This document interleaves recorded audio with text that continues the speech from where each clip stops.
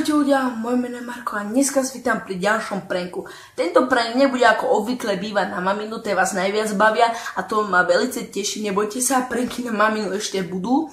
Ale tentokrát som sa rozhodol, že spravím prank na ocina. Je to z toho dôvodu, že to trošku chcem pozmeniť, aj pre vás to bude trošku novinka a dúfam, že si aj videá s ocinom obľúbite, čo budú pranky, neviem, či budú aj iné videá, ale rád, že len pranky.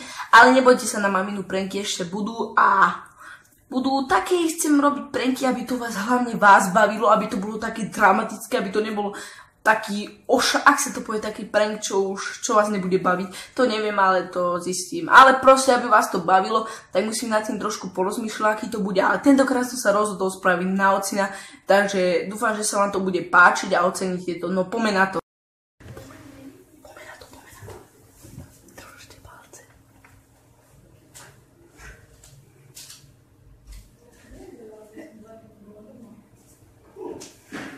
Hej, že už za chvíľu im to budú dávať tie papiere do školy. Zo školy teda. Však ako každý rok. No. Asi dostanem.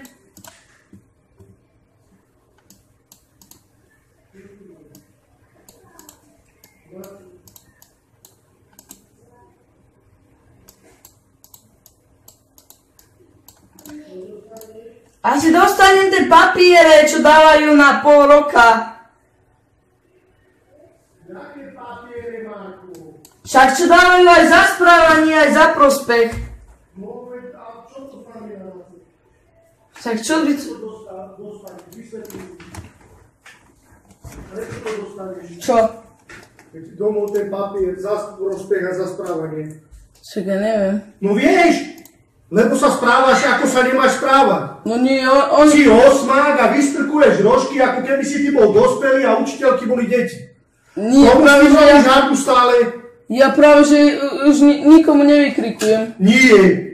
Nie, nikomu ty nevykrikuješ. Tebe už automaticky, čo posielajú všetkým papier, tak si spomenú, pošleme aj tomu Markovi Ferenčíkovi, aj napriek tomu, že je dobrý, my mu to pošleme. No, oni sú tam, no. Marko, nič by som ti neprial mať takého syna, ako si ty.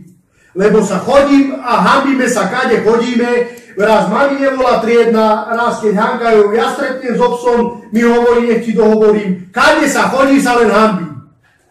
Prajem ti, aby si mal aj ty takého syna, ako si ty, lebo ty podmienky a prostriedky máš na to, aby si sa učil. A čo ty už robíš, to už nie je normálne. A ti hovorím, ty si spravíš takú hanbu, že prepadneš a tí učiteľky sa naserú, oni sa na teba všetci spoja a ja ti hovorím, že ty to neudržíš. Ty si spravíš takú hanbu, že väčšej nie. Za to, že máš...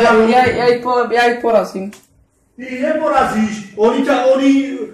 Tu ide o to, že máš podmienky na to, len do im toho čuníš. Ja ešte raz sa poradne naserem, tak ja aj im te počítaš, tak prosto si budeš. To bol prank!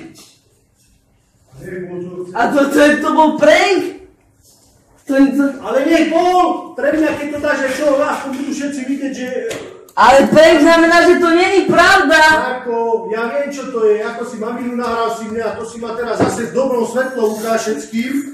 To, čo ma ešte nevideli a teraz ma len budú vidieť, ako hučím po tebe. Tak akože v dobrom slova zmysle ma nahrávať, ďakujem ti. Ale veď tu nejde o break pre mňa, lenže ja to aj čakám, to budeš vidieť, to bude otázka času.